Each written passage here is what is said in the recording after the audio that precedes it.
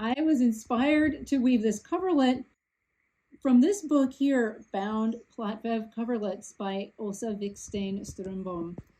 And Åsa has done wonderful research on this very interesting technique. Look at those deep, rich colors. This is a technique that these two brothers used in the middle 1800s. This is the threading I was inspired by, so mine is threaded that way. But then look at these different stripes between the planer areas. I really wanted to design some sort of nifty stripe between the plain weave areas, and it just seemed too hard. I didn't know how to go about designing my stripes. So I used an interesting technique that I want to show you. And there's one more here. That's an interesting one. I want to show you this perhaps unusual way of designing a stripe. So I picked my colors off of my shelf that kind of went with the main colors of the coverlet.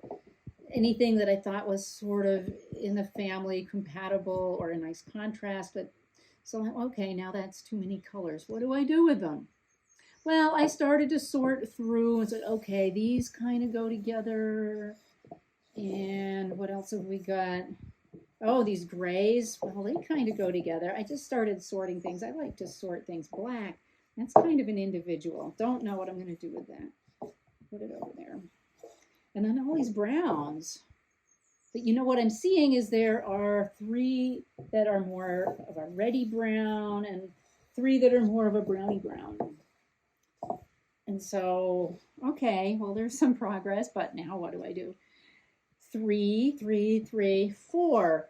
The 4 maybe is a problem because if I take this green one out, that's a little different. Ooh, that's kind of neat with the black. I might like that. Now I have 3 yellows, 3 grays, 3 reddy browns, and 3 browny browns. And so what I did is I actually designed my quills before I designed the stripe. And so I made these quills. These 2 quills are identical, but I rewound one backwards so that when I mirrored the stripe, it would go the other way. Same thing here. Those are the same 2 quills, but one is wound backwards. And same with that. And here I'm going to show you winding this one so you can actually see what I did. This is the yellow one, but I started with the light yellow, and then I went to this yellow, and I went to that one, thinking, well, if I kind of treat those like the yellow, they'll gradate from one shade to another, which was really kind of a fun thing to do. And then this, I decided these are just going to make a nice accent at the edges. So let's go ahead and show you winding my mate to this one. So here we go. Starting with the light color, I'm going to wind it identical to this one. So I'm going to do 20 wraps.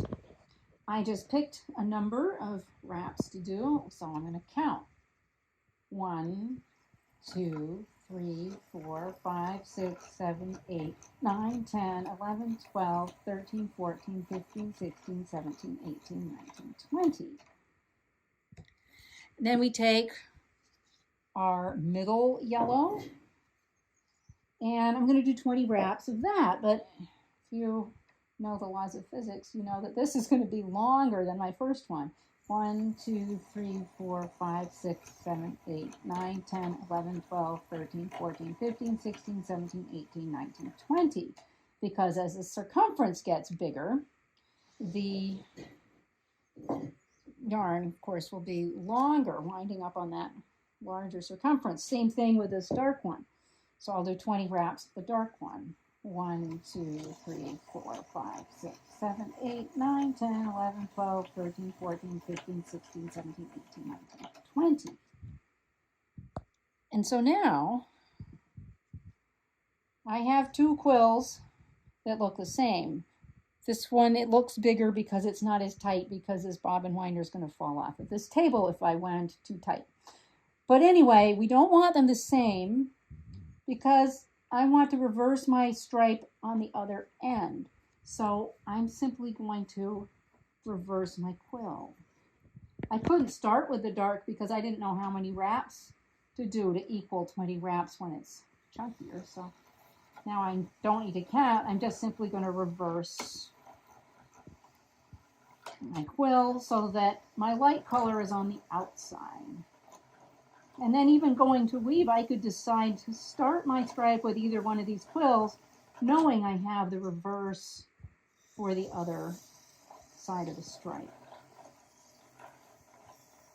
And so that simplified things a little bit. I had these 15 colors, not knowing what to do.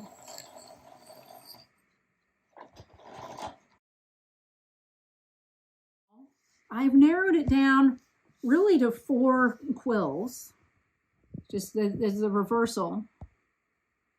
But then I thought, well, heck, how am I going to use these? This kind of technique means using 2 shuttles together, so 2 colors at once. So if I pair these up together, and if I pair those up together, that simplifies things a little bit more because I only have this set and then that set. And so I put this set aside saying, okay, that's for the middle. I'll do something in the middle of my stripe. I don't know what. I started with these 2, thinking that's a nice big contrast. And so I just started alternating these in my 2 sheds, and it started doing what it was going to do. And when I ran out of these, I said, okay, save those for the other end. And I bring these and I do something in the middle. And again, you know, I would have a choice whether I pair them up this way or this way, because I know I've got the reverse here. And then I monkeyed around a little bit more with these in that center stripe. But whatever I did with these, I ended up using up my brown one in the middle. And so I start with my brown one and just go back out the other way. And it was a really easy way of designing this complicated looking stripe. And it was more stress-free than some other methods I've used. So maybe you can use this idea for some of your weavings. I hope that you do. Let us know.